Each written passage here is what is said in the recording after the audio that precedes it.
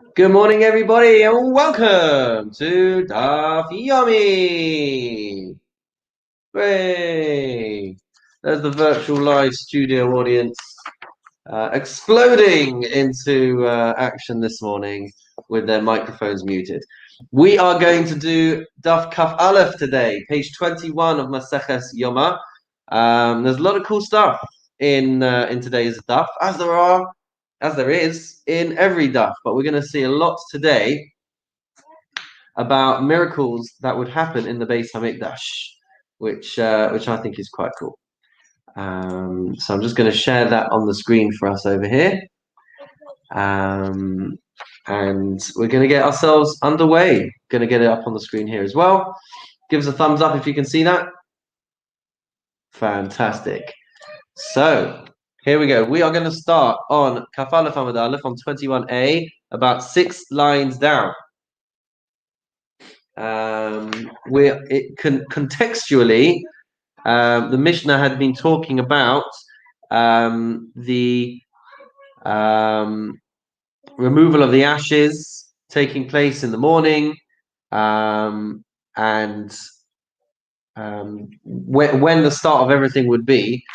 But we're going to start diving straight into the Gemara on 21a. So says the Gemara, Amar Rav Yehuda, Amar Rav. Rav Yehuda said, quoting Rav, the Sharshi Yisrael Olin Laregel, at the time when Jewish people would go up to Yerushalayim for the Shalosh Regalim, for the 3 foot festivals, Pesach, Shavuot, and Sukkot, there was so many people that would go. Omdim Tzufufim. They would be standing in the Beis Hamikdash. Oh dear. Ladies and gentlemen, we are just going to pause for just a second. I apologize for this.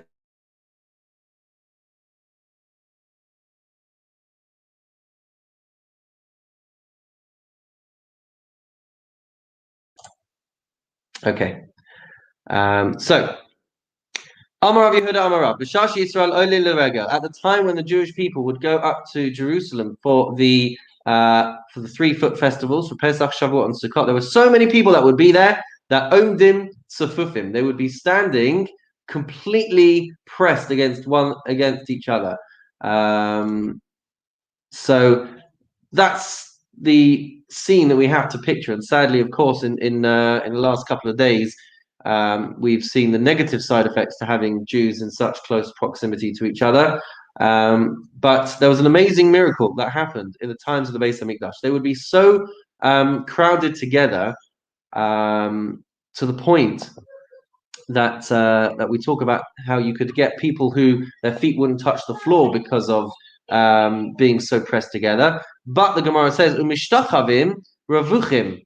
When they would bow down, they would all of a sudden have all the space that they needed to be able to lie down. There would be so many people crowding into the Azara of the Beis Hamikdash that they would even fill the space. There was an 11 amot, not corridor, but side alley, I guess, behind the building of the Beis Hamikdash, which was also part of the shape of the courtyard. There would be so many people there that they would all be packed into this space, but when they would bow down, they would all have the space to be able to do that. So the Gemara asks, Mai Ka'amar, why are we bringing this piece about the 11 amot behind the building of the Beis Hamikdash? Hachikama, this is what we're trying to say.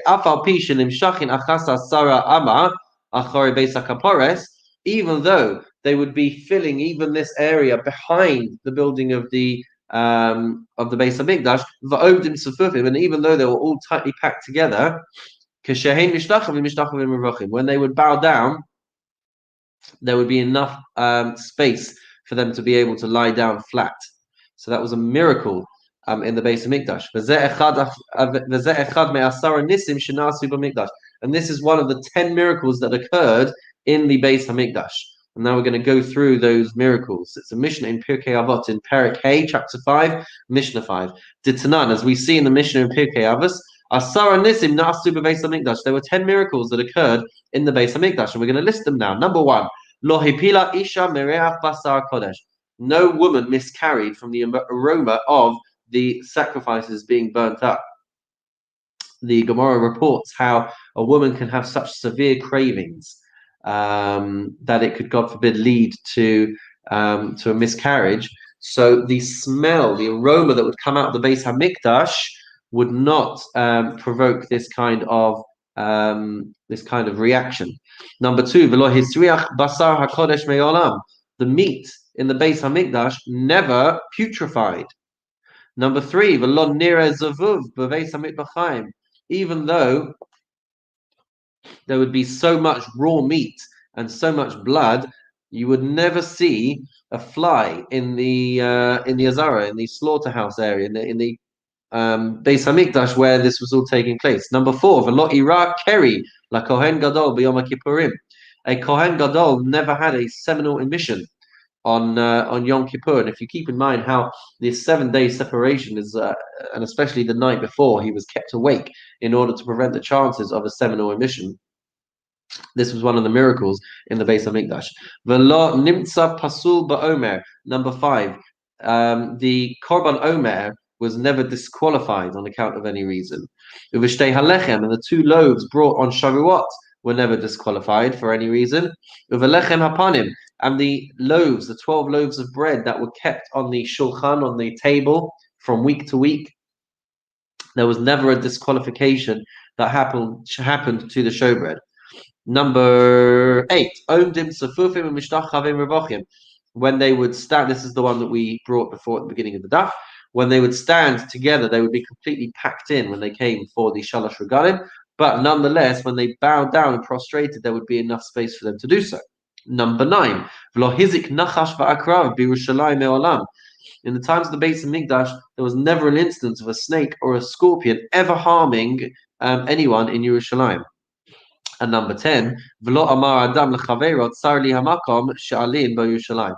And it never happened that when people came to Yerushalayim to stay, they never complained that there wasn't enough space for them to stay. So a miracle occurred in Jerusalem that there was not enough room at the inn for people when they came to the Beis Hamikdash. So the Gemara asks straight off, hang on a minute, you said that there were 10 miracles that happened in the Beis Hamikdash, but if you pay close attention, number 9 and number 10 were not about the Beis Hamikdash, they were about Yerushalayim. So the Gemara asks, Pasach b'Mikdash v'siyem b'Yerushalayim. You started by talking about miracles that happened in the Beis Hamikdash, but then all of a sudden you start talking about miracles that happened in Jerusalem. So the Gemara answers, Ikatarte achoronaisa b'Mikdash. There were actually 2 other miracles that happened in the Beis Hamikdash. Titania, as we see in a Baraisa, Me'olam lo kavu geshamim eish shel atzei hamaracha. It never happened during the time of the Beis Hamikdash that rain would extinguish the fire on the Mizbeach.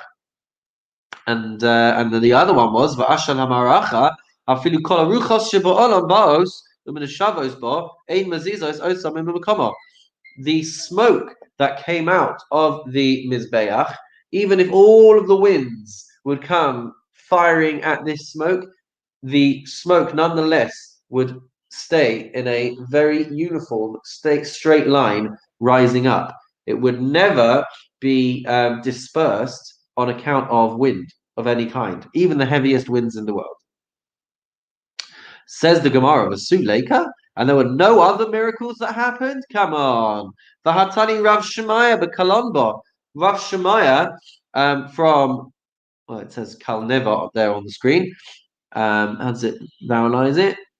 B'Kalneva. Okay, so Rav Shemaya from Kalneva taught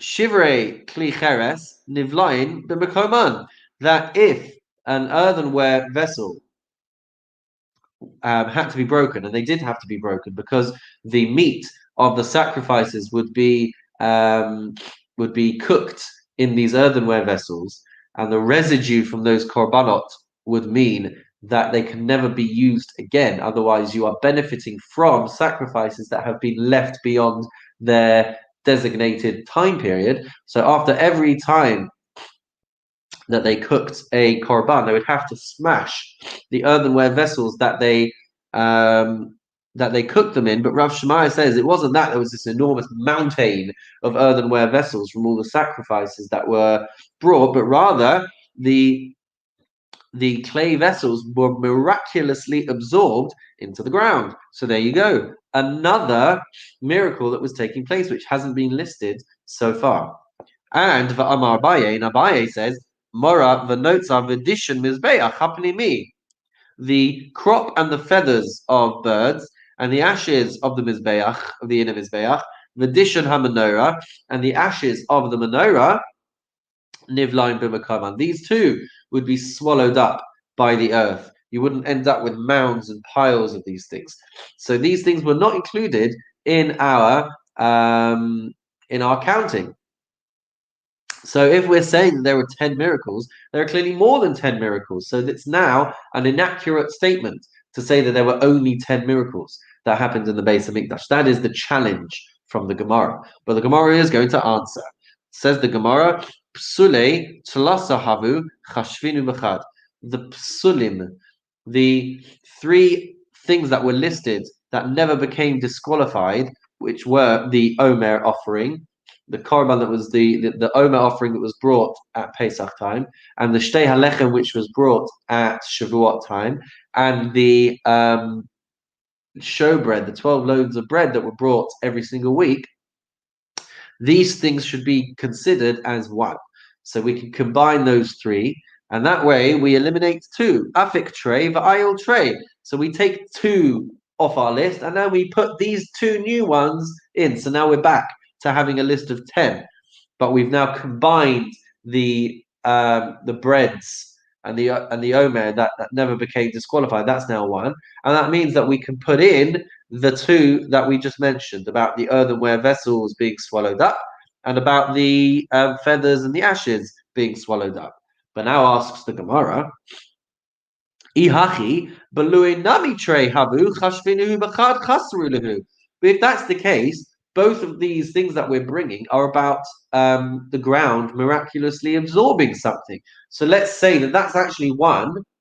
Okay, that's one miracle that occurred, that the feathers and the ashes and the clay cheres got swallowed up. In which case, we are now missing one miracle to complete our list of 10.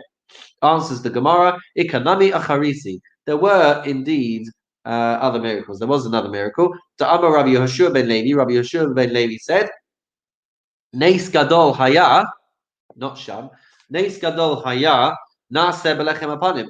There was a miracle that happened with the Lechem Hapanim.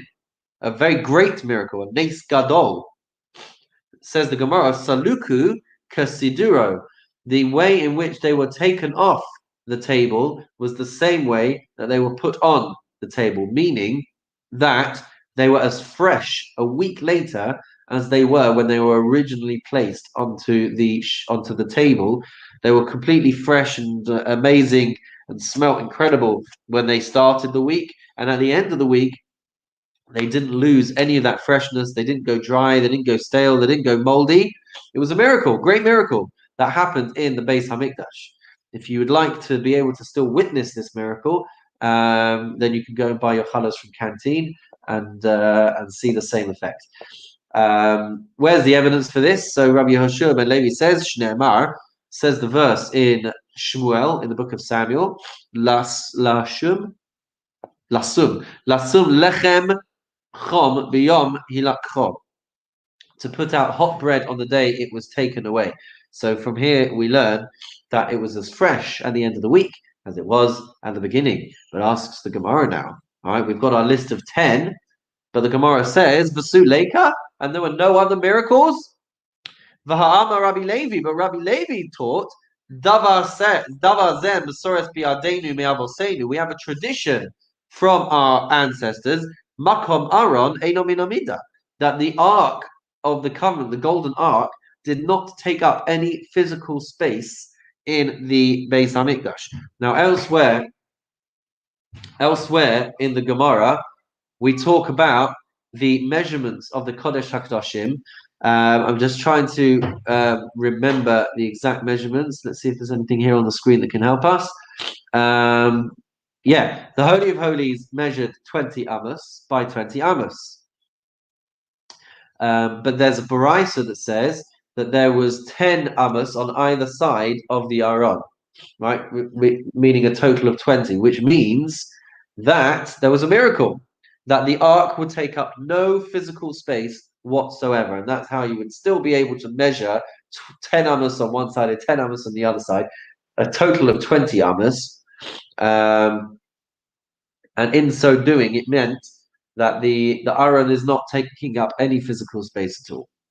Says the Gemara, Va'amar Rav Nai Amar Shmuel. Not only that, but Rav Nai said, quoting Shmuel, Kruvim Banes Hayu Omdim, that the wings, the cherubs, would also stand by way of a miracle, because their wingspan was 20 amos, was 20 cubits, which would mean that there's theoretically no space for the actual bodies of these cherubs. So we're not talking, I don't think, about the cherubs that were on top of the ark.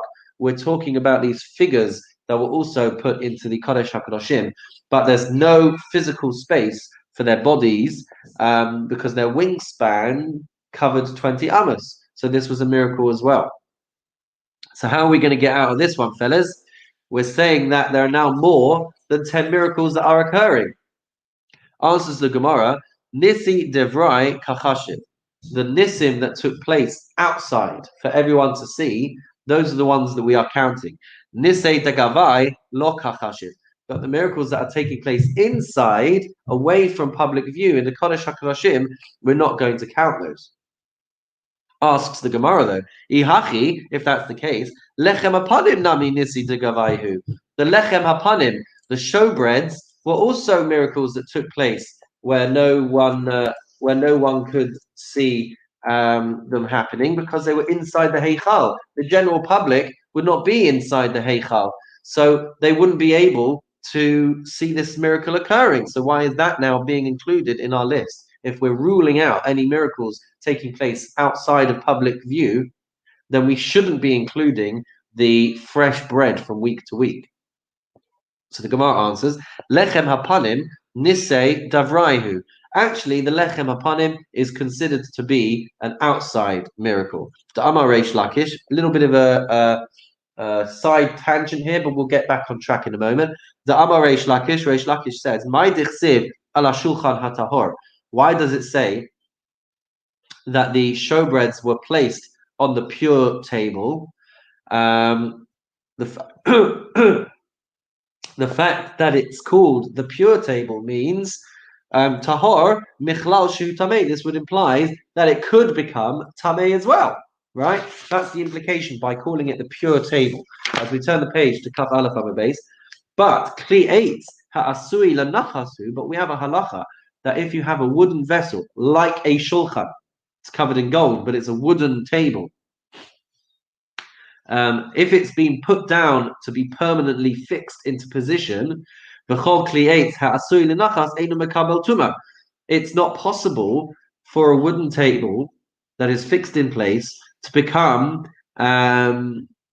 contaminated with ritual impurity. Okay, so this is all going to become relevant now. Not only that, but it can serve as a barrier between something that can become contaminated and an impure item.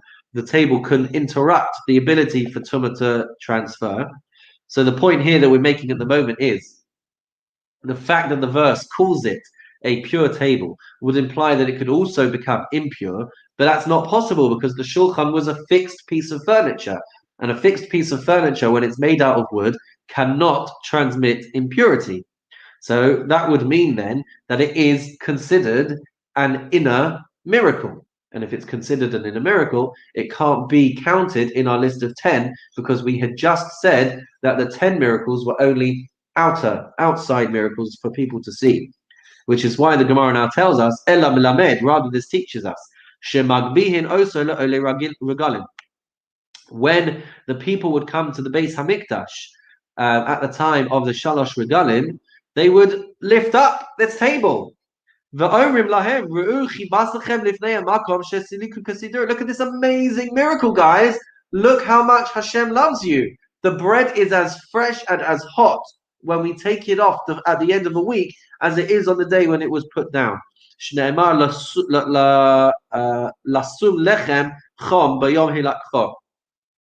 As you can see, guys, what an amazing miracle. So even though this table was hidden away inside the building, inside the Heichal, and most people would never ever see it, at the Shalosh Regalim, they would take out this table, meaning that it is not a fixed piece of furniture.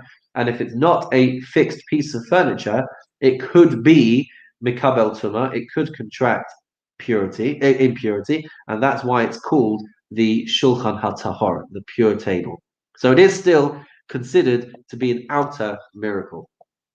But now the Gemara asks again, the Suleka, were there no other miracles that took place in Yerushalayim or in the Beis HaMikdash? V'ha'ama Rabbi Yoshia. But we've got a quote from Rabbi Yoshia. B'shashe bana Shlomo Beis HaMikdash. At the time when King Shlomo built the Beis HaMikdash, natabo kol minei migadim shel zahav.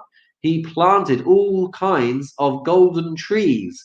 V'hayu motziin peresein bizmanan. And these golden trees would produce golden fruits. That is a miracle, isn't it? Gold can't produce anything, and yet there was this miracle that he planted golden trees, and the golden trees produced golden fruits. And when the wind would blow, these golden fruits would fall. Shneimar, as we see in the verse in Tehillim, Yirash kalvanon piriyah, may his fruits rustle like Lebanon. So there's another miracle. And when non-Jews would go into the Beis HaMikdash, Yavash, these golden trees withered. Shneimar, as the verse says in Isaiah, Yeshayahu, Uferach Lebanon umlal, and the blossoms of Lebanon wither. And in the future, Kadosh Baruch Hu will make these trees restored and they'll grow again. Shneimar, Paroach tifrach v'sagel abgilas beranin kavod halvanon nitan la. As the first verse was Nachum, and this one is from Yeshaya. As the verse says, it shall blossom abundantly, it shall also rejoice and shout, the glory of Lebanon will be given to it. But what we're seeing here, guys, is that there was another miracle that took place. These golden trees would grow, these golden trees would produce fruit, these golden trees would wither. One day, HaKadosh Baruch Hu is going to restore these golden trees. So why is this not included? Answers the Gemara, Nisei de Kiviye lo kachashim. The Tana, the list, is not including fixed miracles. All of these other miracles occurred within certain time frames. But the eternal or perpetual nature of this miracle means it doesn't get included. Hashta da'asis lahachi, but now that we come to this, Aron Keruvim nami nisi to the ark and the Keruvim, the cherubs, not taking up physical space, these would also be perpetual miracles. So why are these included? So Amamar says, Va'ashan hamaracha. Is that a conclusion or continuation? 1 second, the master said, miracles is one. So that seems to have, where are we left then? So the Aaron and the Keruvim were also a perpetual miracle. So where does that leave us with our final list? David, I don't suppose your book there gives you the final list at this stage of the Gemara then?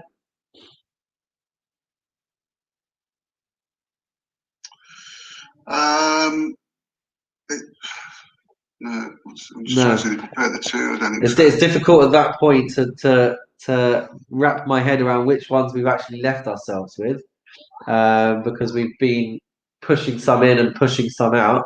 But it would seem at this point in the Gemara we've taken out the Aaron and the Keruvim, but that was being used as a demonstration of filling the gaps somewhere. So I'm not sure what our final list is. But that could be your research for today, guys, to figure out at that point in the Gemara what the final list is. If we take out the ark and the Kruvim, we must be left with a list of 10, and I've lost track to know where we are, to where we're up to. Okay, says the Gemara, Amamar, going back to this point about Va'ashan Hamaracha, we're going to be speaking about the smoke in the Mizbeach. Asks the Gemara, Umi Hava Ashan B'Maracha. We've said that it was a miracle that the smoke never moved place, but was there even smoke on the Mizbeach, on the wood piles? Vahatanya, there's the Baraisa. Chamisha Davarim Ne'eru Be'esh Shel Maracha. We say 5 things about the fire of the Mizbeach, about the arrangement of wood.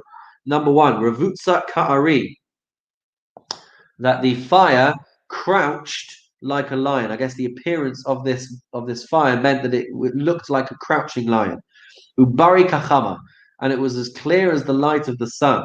V'yesh ba mamash, it had substance to this fire, to the extent that it could be felt, whatever all of these things may mean. V'ocheles lachin kiyaveshin, and it could consume wet wood just like it could consume dry wood. Ve'ena ma'aleh asham, and it did not raise smoke. So there you go, guys. A source that indicates that there was no smoke, and yet we've been saying that the smoke would rise from the Mizbeach in a straight pillar. Kika Amrina, the Gemara says, when do we say that the smoke would not be displaced? That is B'tehedyet. That is when it's brought by a regular person, the Tanya, as it says in the Baraisa. Quoting the verse in Vayikra, V'natnu b'nei Haron HaKohen esh ala Mizbeach.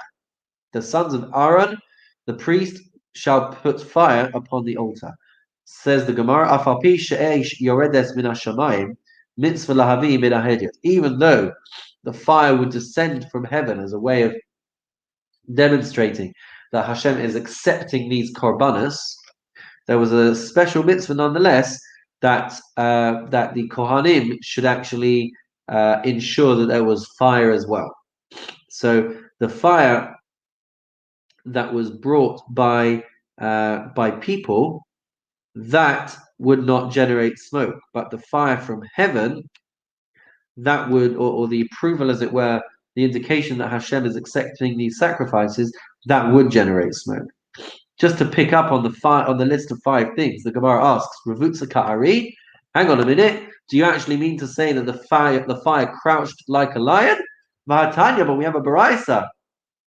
Rabbi Chanina Sagara Kohanim. Rabbi Chanina, the deputy to the Kohanim, said, Ani Ra'isiha Ravutza Kachelev. What's just happened to my camera? Sorry, everyone, just give me 1 second. My camera's just disappeared.